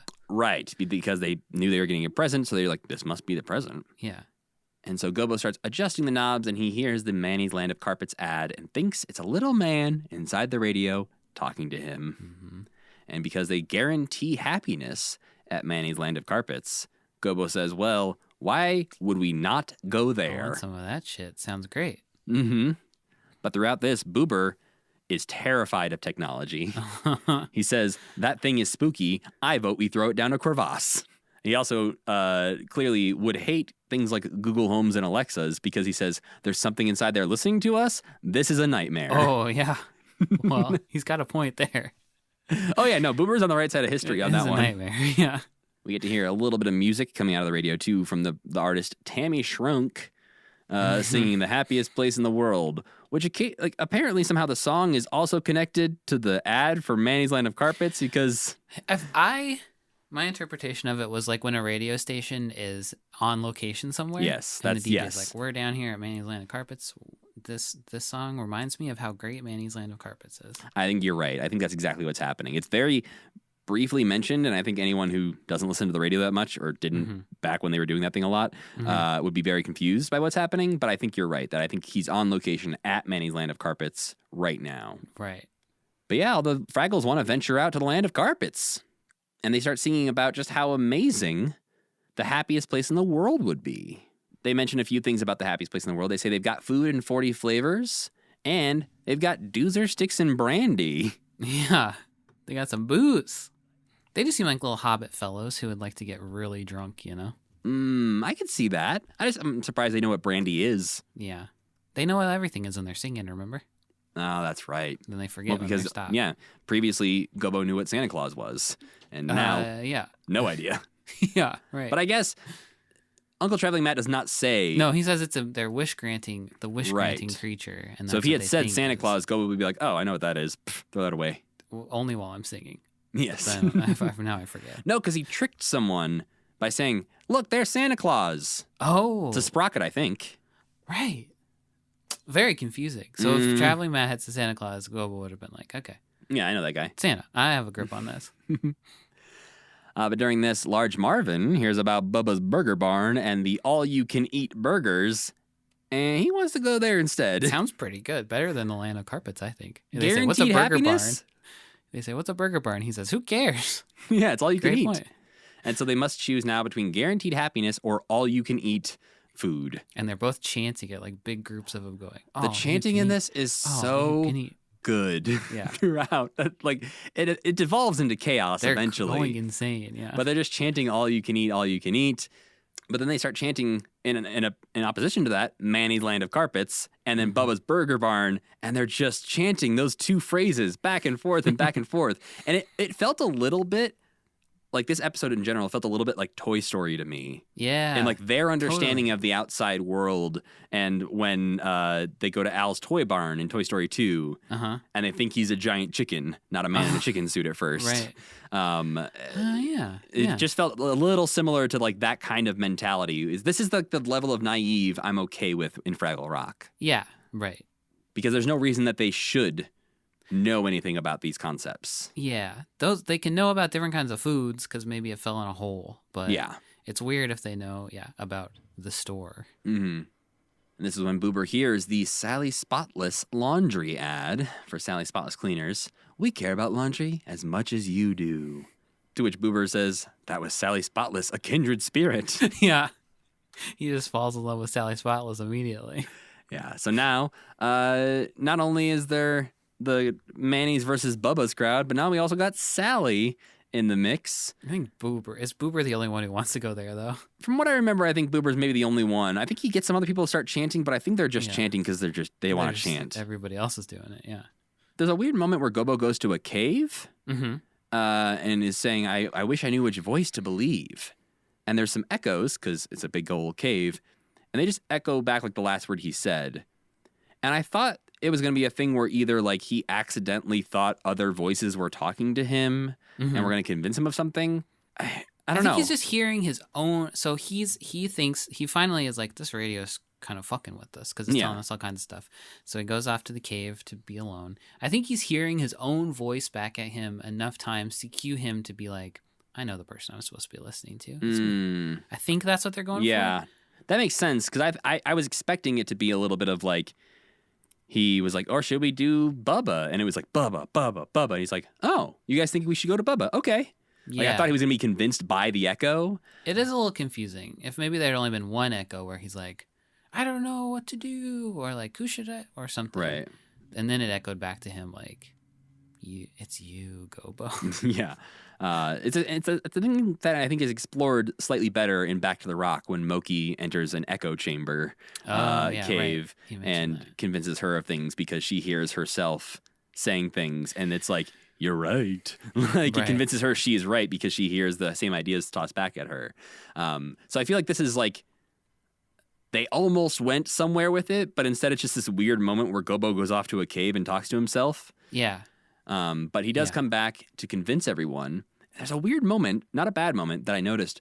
Gobo stutters while he's trying to convince them. He like blows his line. Yeah. And it's interesting because it sounds like Jerry Nelson messing up, not Gobo messing up. And I guess they maybe just decided to leave because it was the best take or something. Or they're just like, I guess this just kind of sounds nice. So there's something about it that works. Yeah. Or maybe they were running out of time that day. And they're like, good enough, Jerry. But Gobo does not convince them and decides, you know what? Fuck it. You guys, I'll just take you to outer space. You can go where you want to go. Yeah. There's a similar thing that happens in Muppets Take Manhattan that we'll see pretty soon. But it feels a little bit like that where it's just like, yeah, fine. I'll take you outside. Go off to the burger barn. And I just thought they're going to do so poorly on the outside. Half of them are going to get run over by a car. Yeah, the cars are the thing I was thinking would be a problem too. They're going to get hunted for sport. Yeah. Yeah. They're gonna have to get jobs. You know? Have you ever heard there's this legend about orangutans where orangutans can talk, but they don't talk because they know if they come out and start talking, people will be like, well, you have to go to work now.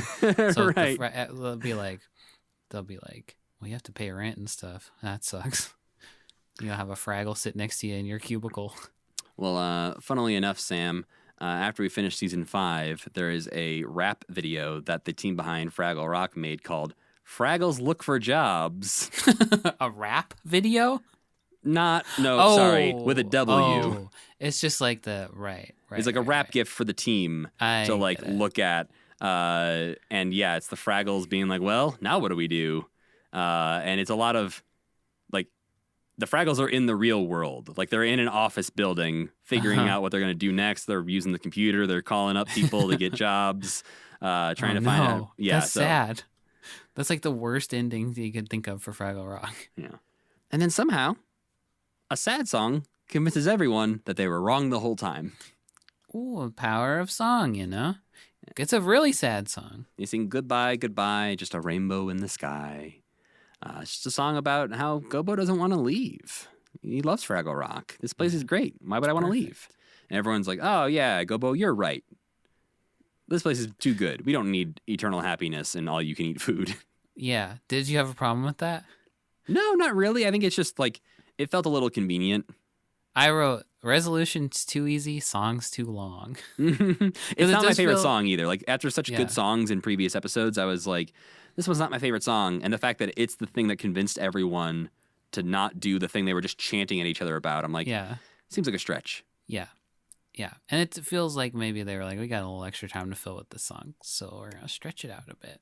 But they do decide to take the radio back and leave it at the hole. And then Doc reaches through and grabs the radio. There's a sweet moment when Doc is taking the radio where Boober just goes, bye, Sally. Oh, I didn't notice that. Yeah. He just like turns and is like, bye, Sally. Oh, no. His only love of his life. Yeah. And that's the end of the episode. Yeah. They returned the radio.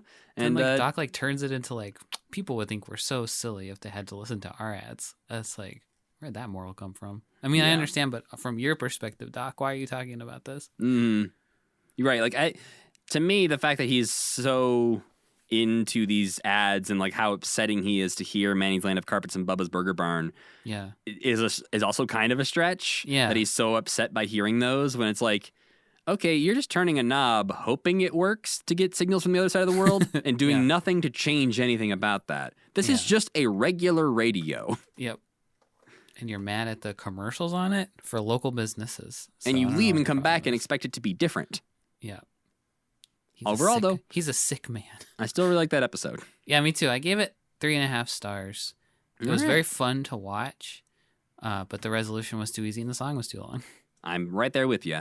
Well, lastly, we have the episode that aired on April 16th, 1984, Junior Sells the Farm, written by Jerry Jewell and directed by George Bloomfield. I gotta tell you something, Matt. I didn't rate this one yet because I don't know how I feel about it. I think that's exactly what it deserves. Okay, interesting. 0 stars. The first time I'm going to give a star rating to an episode. Wow, okay, walk me through it. This is my least favorite Fraggle Rock episode we've ever watched. Are you serious? Absolutely. It was fucked up. It was like weird. I hate Wander McMooch more than anyone I've ever met.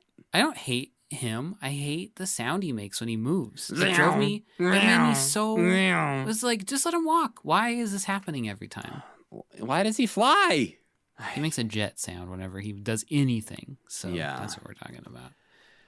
Well, okay, I want to hear about this. I'm excited now. Well, at the beginning, Doc bought that fully automatic dog feeder, a thing that exists now. Perfectly normal, yeah. Yeah, like if somebody said I bought an automatic dog feeder, I'm like, yeah, of course you did. Why are you telling me this? Go away. Yeah, these are a thing that just exists now. I don't know when they started to exist or when, I don't know if this is a thing that would have been when did Back to the Future come out? 1985. Yeah, so at least by Back to the Future, it still seems like something crazy, you know? Right, yeah. A mad scientist has to invent it. Doc and Sprocket and Doc and what's his face? That's where they got the idea. You're right, Doc and Einstein. Einstein, that's his name. Whoa. They can hang out. But then we are tossed immediately into the action in Fraggle Rock, where Junior has captured Red and Moki in a cage. There's nothing before that, no preamble. We just cut to Gorg's got Fraggle in a cage. They're going to be there pretty much the whole time. I rewound to see if I had missed something. You did not. I didn't really mind that decision, I guess, but it was also kind of weird. Yeah. I think overall that's my vibe of this episode is just like a lot of weird choices. Uh-huh.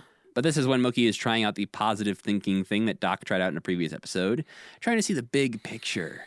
She says, I have a new way of looking at life. And Red says, yeah, through bars. Pretty good line, I think. Very good line. Good Jerry Jewell line. Yes. Yeah, I did write my notes. What happened here, Jerry, for most of this episode? Few lines, though, very good. It's still funny. The plot is just really weird. Yeah.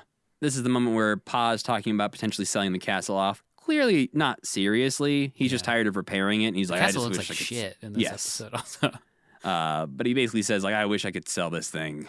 Yeah. And so Junior has that implanted in his memory. Right. Junior is told he's too old to be catching Fraggles. And he says, I'm only 473. He says 453 the first time and 473 the second time. Oh, well, neither time is he corrected by his parents. Yeah. So maybe they don't even know. It doesn't matter how old you are once you're that old. But Pa informs him that when he was his age, he was courting his mother. But this is the sticky part, Sam. Because he's told the old legend of the young Gorgic prince in the days gone by who would plant a magic pea seed and it would grow during the night. And the next day at dawn, it would transform into a beautiful Gorg maiden, a bride for the Gorgic prince. Why tell him this story? Because it's not real. to anyone else, it's clearly a fairy tale. They live in the middle of the earth and they're 30 feet tall and they have no Fraggles and they have a trash heap that can do magic spells. And he's stupid. Right. Maybe Pa doesn't actually think Junior is that stupid. He just likes to yell at him. Now he knows because Junior fucked up. Because later on he says, like, do you think your mom came from a plant? But clearly he did at some point in this episode think his mom was planted in the ground. Yeah. Just like kids can think the stork comes, you know? It's the same thing. Yes. Junior almost kind of gets the talk. But we learn that they haven't seen an enemy in 6 generations here in Gorg world because Pa and Ma decide to head off on an afternoon walk, giggling as they do. Really tuned up by this story about the peas. Yeah. And so like, yeah, Junior, you stay here and protect the castle from enemies. We're going to go on a little afternoon walk. So we cut back, and this is when Red and Moki see Wander McMooch sitting in a tree, admiring the land, saying it's perfect, superb country. We'll level those hillsides, divert the river, burn the forest. You want to build a city? Is that what he's planning out? It doesn't, I don't know if he ever actually says what he wants to do with the land. Okay. But he's definitely going to destroy everything that's currently there. Right. Maybe some condos. I don't know. Yeah. But he then, I thought this man is a frog. That's a frog. Uh-huh. And then he flies through the air and hovers mid-air as he eats a bug. Yeah. What's going on with this guy? I think he's a Toydarian. I think you're right. He's Watto from Phantom Menace. You're right. That's the closest thing I can think of to what Wonder McMooch is. If he showed up in Star Wars, nobody would even think twice at all about it. But I like him. I like his name. boy. I think he's an interesting character, but he's just so fucking annoying. That sound he makes is so annoying. I just can't. Yeah, and Muppet Wiki points out that he's like one of the few just like purely evil characters we'll ever see on Fraggle Rock. Yeah. It's like he's just a villain. No redeeming qualities. I think it's fine to have that, you know, I think it's fine to have one of those. You don't think so? I don't want to spend this much time with him. Okay. And he comes back next season. Yeah. I hate that for us. Maybe that one will be good. Well, he does pop up also in A Muppet Christmas Carol, but in that he's good because he's just like a human guy. essentially. Yeah. He's just a guest at what's his face's young They're playing Scrooge's charades, right? Yeah, when they're trying to guess the terrible thing. Yeah. And it's spoiler, Scrooge is the So terrible mean. thing. It's very, very mean. Yeah. You imagine walking into a room and finding your friends playing charades about how terrible you are? Yeah, like your nephew, Mm-hmm. your family playing charades about how you're a huge piece of shit. To be fair to them, He is a huge piece of shit. Yeah. But yes, I absolutely hate Wander McMooch with every fiber of my being. From design to noises to... It feels like he should have the Steve Whitmire turkey voice from Muppet Family Christmas. Yeah, I can't even actually picture what his voice sounds like. It's almost kind of that. Like, it's just like this, hey, yeah. But it's not... I wish it was just that turkey voice. That would, increase my likability 1%, I think, for him. Well, Ma and Pa return from their afternoon delight and see all their stuff stacked up in the front garden. I noticed there's no forsooth or methinks in this batch. Yeah. Maybe Jerry doesn't like that. Did Jerry write? Jerry did it in the first place. I think he did, yeah. You think they already abandoned it at this point, or will it come back? I think they kind of did it when she dropped the handkerchief. I feel like I just feel like it's just a fun little game they play with each other, you know? Yeah. It's just that's their pillow talk. Yeah. I put in my notes that part of the reason I dislike this episode so much is that there's just yelling the whole time. Like, it's just yelling. Like, the entire episode is just people yelling back and forth at each other in ways it's not enjoyable to listen to. Yeah, I agree. Yeah, it's just not a very fun episode to watch. No, it just exactly. doesn't flow at all. Yes, there's no flow. It's only bad things happening to the Gorgs the whole time. Like, the Fraggles are barely involved in the story. And there's it retreads a lot of the territory of Sir... what was the one where they had to leave the castle? Sir Gorgas, where Sir Hubris. Sir Hubris. Yeah. And they just sing another song about how sad they are to leave the castle. It's yes. we just saw this 2 episodes ago. But first, I think we get, for me, my highlight of the episode, Junior's Dream Girl Lover song, in which he sits and sings about his future princess. It's a dream sequence where he dreams of a girlfriend who looks just like him. I think this is a really strong Junior episode. See, I don't love it. I think it's just too much of, I like the Gorg storylines if they're sort of contained within the Gorg relationships. When you add in Wander McMooch and make it all about him, I enjoy it less. It was weird to have a new guy be up there. It also, they haven't seen somebody in 6 generations. Yeah. And yet this guy is just hey. They need to make a bigger deal about this. Yeah. Where seeing another person. Are there other guys? We gotta know. Why do you want this land? Who's going to move here? Yeah. So yeah, there's just I don't like anything that comes with Wander McMooch, down from his noises that when he's flying to the weird questions he raises but doesn't answer. None of it. This is when Moki tells Junior, they're just regular peas, dude. He's cheating ya. They heard Wander McMooch say so, which do they? I had to rewind to see if I missed that too. I don't think they do. Yeah, okay. I think they only hear him at the beginning talking about destroying everything. Okay. Cool. I thought I missed it too, because the way they say it, I'm like, we must have seen that.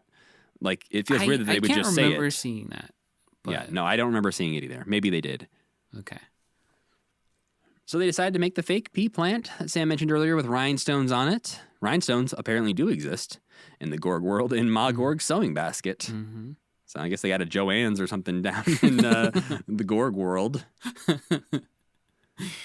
I did like Junior's little acting that he puts on when he's rehearsing to be like, oh, Mr. McMooch, you have cheated me. These peas do not grow a bride. It just grows diamonds. When he's rehearsing his lines. I enjoyed that version of Junior. Actually being in on the prank for once. Another question raised by Wander McMooch that I hate. When he comes to move the Gorgs along, he's like, well, I suppose you folks are ready to get going. Always left traffic in the morning. Oh. Traffic, Sam. The Gorgs just aren't paying attention to anything around them. They have hills around them. They've never gone beyond those hills. Yeah. It'd be like us pretending that Missoula is the only place in the universe. Yeah. Because we've never driven 10 miles in that direction. To see cars driven by people who are 30 feet tall. Those are big cars. The fact that there is traffic in the Gorg world is something that I feel like is important, but is not treated as important. This is something I feel like Jerry Jewell episodes have done in the past, where it pushes the boundaries of what we know, but it just does it too. It's so haphazard in this one. I'm gonna say it 3rd week in a row. The Fraggle Rock lore is wide and not deep. Yeah, you can't. You got to deepen it a little bit. You can't just say. When we get it, when we get Red and Cotterpin being friends and those things, we are deepening it a little bit, but we're definitely digging out more than we're digging down. Yeah, I think they understand the Fraggles and the Doozer's better than the Gorgs too. Yeah, I think the Gorgs are just, it's very complicated when you've put yourself into this hole of, okay, there's 3 of them. There's only 3 of them. There will only ever be 3 of them, and they believe they rule the universe. Go. Like, you're pretty limited as far as story structure goes. Whereas Fraggles, it's like, yeah, these Fraggles just showed up from another part of the rock. We don't have to explain that. Right, exactly, yeah. But the trick does work, and they trick Wanda McMooch into once again saying the sacred Gorg oath. He is trading the castle back to them. They win. He loses, even though he does realize at the end that he was tricked. He still loses again. Yes, because he hates Fraggles so much that Junior just shaking some Fraggles at him scares him away. This was too convenient too. It's like, what does this freak care about? He'd eat Fraggles, right?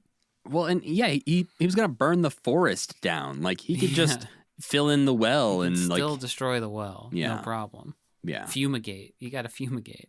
Yeah. He's a nasty man who deserves everything he gets. Yeah. So maybe I'll give this one 1.5 stars. It had all the trappings of an episode I would have loved, but it just does not come together.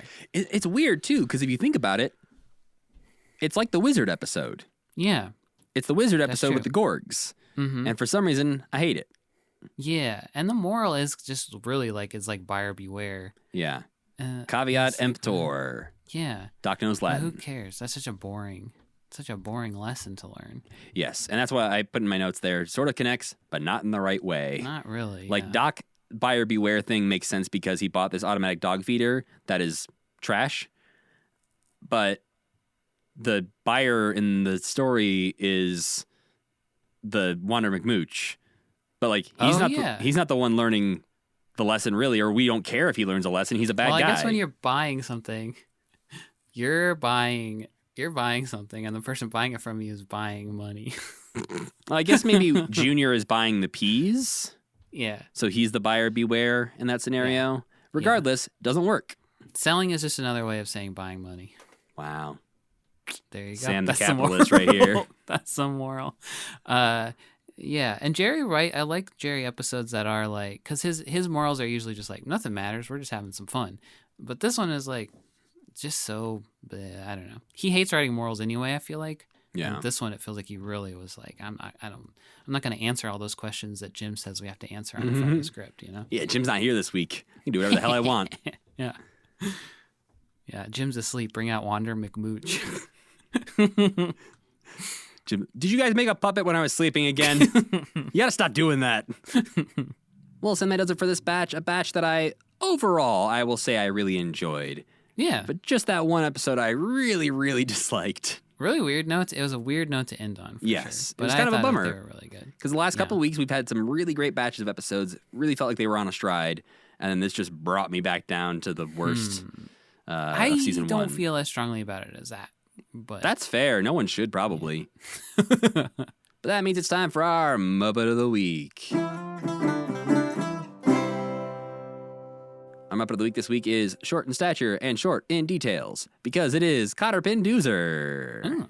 Our first Doozer of the week because she is the most frequently seen Doozer character on Fraggle Rock. At least named. Obviously, we see lots of Doozers in the background. Right. But as we've learned so far, she likes to draw and seems to be becoming an apprentice of sorts to the architect. They obviously were working together again in this batch, so that seems to be continuing. I like that carried through, yeah. Yeah. We've seen that she has a friend, a boy Doozer named Wrench, who is the son of Modem Doozer, her father's enemy. And she kind of debuted in the first season, but wasn't named until the recent helmet ceremony episode that we talked about, All Work and All Play, that we discussed just a little bit ago. So she was not around really in the first season. She is seen as a kid in the background.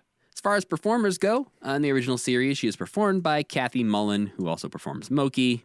In Back to the Rock, she's performed by Donna Kimball, who also performs Moki. And in the animated series, she is voiced by Mona Marshall, who also voices Moki. Great. So they were just Cotterpin, Moki, go together.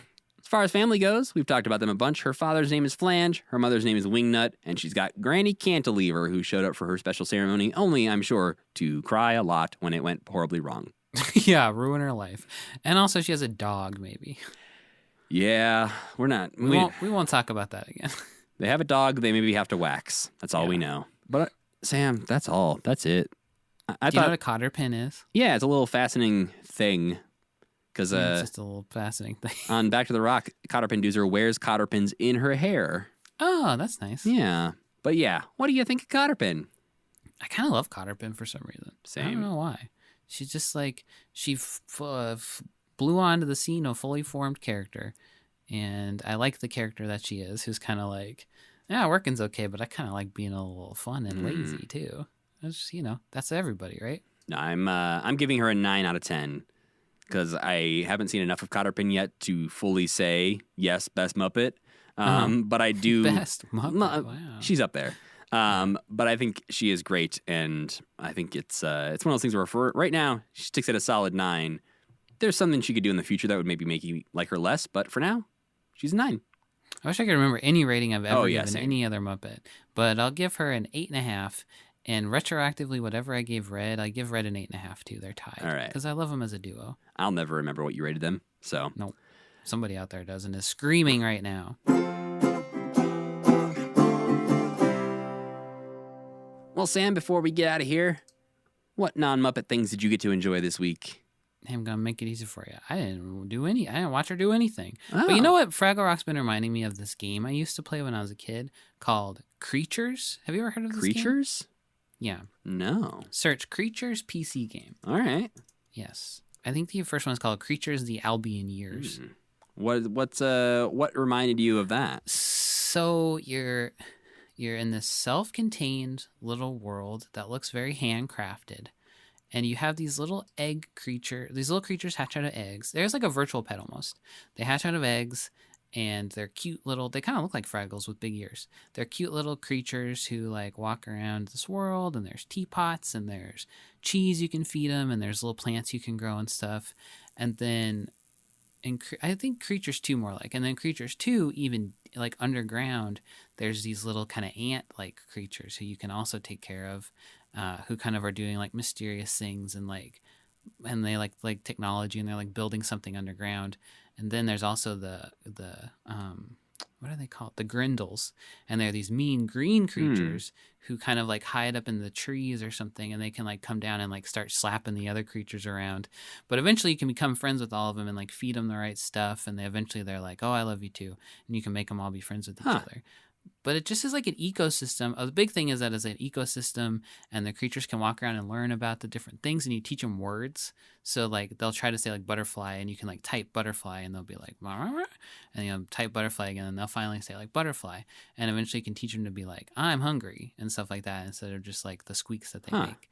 Like looking at this, I played this so much when I was I a can kid. definitely, like, this looks like you could put Fraggles in this world that they've created in the video game. Yeah. Like the buildings, the trees, the underground area, like looks very Fraggle Rock-ish. Yeah. I think all 3 of them are on Steam, and they're so, like, when I went back to play it as an adult, I beat it in like 4 minutes because it was like, oh, okay, you can use this to teach them the words. But it's so pleasant and just like such a calm game that's what Fraggle Rock has been reminding me of a lot lately. I've just been watching some sports. I'm watching the Kraken still in the playoffs as of today. Are they doing okay? I mean, it's the first round. Hockey playoffs take like literally 2 months. Wow. Like the Stanley Cup playoffs will happen in mid-June. So they're in the first round right now. Tonight, as we're recording this, is game 7 of the playoffs. So it's like they will either continue to the next round or be out, and their season is over tonight. It's been very exciting. They've been playing like 50% great, 50% nope. But they're playing against the team who won the Stanley Cup last year, so if they lose, it's not like they suck. Is this the first year they exist? Second year they exist. First year they made the playoffs, though, so That's pretty good, it's very right? good, yeah. The Golden Knights did it a couple, handful of years ago too, but before that, like no team had done it in decades of like making the playoffs in your first couple of years. But as far as enjoying things this week, I'm watching the new season of Bel Air on Peacock. Oh, I haven't watched any of that. That show has no right to be as good as it is. Oh, interesting. Like the fact that it's based on a trailer somebody made as a joke on YouTube of like a dramatic reboot of Fresh Prince of Bel-Air, and then it's actually good, seems unfair. Watching, like, I can understand how it could be really good because that concept is like kind of a heavy concept. Well, and they lean into it's like it gets very close to like soap opera-y with how dramatic it is at times, but all the acting is amazing. I think the writing is good. It's a show I really do enjoy and like actually watch weekly as it comes out. So it's also a show known for having a handful of like really well-known dramatic moments. Yes, and so basically like the old one. imagine those most dramatic episodes, and that's every episode.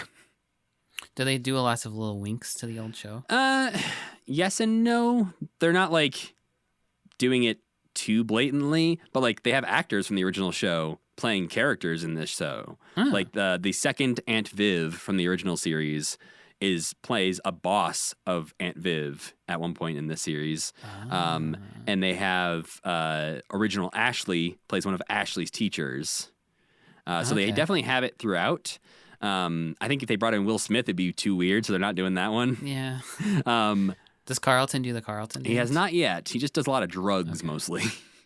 Oh, no. Has he listened to the song? No, there hasn't been a single Tom Jones. I think he's too cool of a Carlton for that. That's going to be his big moment, a redemption moment. Yeah. I want to watch that show. Rachel loves the original one so much because it was like the show she'd watch when she'd get home from school. I also love it. That she doesn't want to watch the new one. But if you they like turned Jeffrey into like a badass, like Idris Elba spy kind of guy. I have seen He's that. very good. Jeffrey in the old one was like having a lot of sex, so he was already pretty cool. Yeah, but now they made him really cool. Having even more sex. Probably, and just not even talking about it because you just know. Oh, wow. You just know. Yeah. Well, before we turn this into a Bel Air podcast, let's tell you what we'll be watching next time, because next time we're jumping forward to the modern day. Back like we did with the Muppets Haunted Mansion when that came out, we're going to be watching and discussing the entire first season of the Muppets Mayhem on Disney+. We obviously won't be talking about the episodes as in-depth or, dear God, for as long as we do with Fraggle Rock on The Muppet Show. I hope not, or we'll be here forever. Yeah. So this will just be like our overall feelings and takeaways from the series. But at the beginning of that episode, we will actually have a special interview segment with 3 special guests. The creators of The Muppets Mayhem, Adam F. Goldberg, Jeff Yorks, and co-creator and current performer of Dr. Teeth, Rolf and Pepe, Bill Beretta. So yeah, join us back here next week to talk about Muppets Mayhem. I think it's gonna be cool. Yeah, we get new Muppets to talk about, Sam. And then we'll dive back to 1984 and be stuck in our hole for a long time. That's okay, too. Yeah. But we need to thank our friend Tuna for making the music for this podcast and Cassie Wilson for singing our theme song. Don't forget to go to commitment.com to pick up a Commitment logo enamel pin. Check out the Patreon page. Do that kind of stuff. You can also email us at mail@commitment.com if you have any questions or links to unseen secret Muppet things that maybe the internet is hiding from us.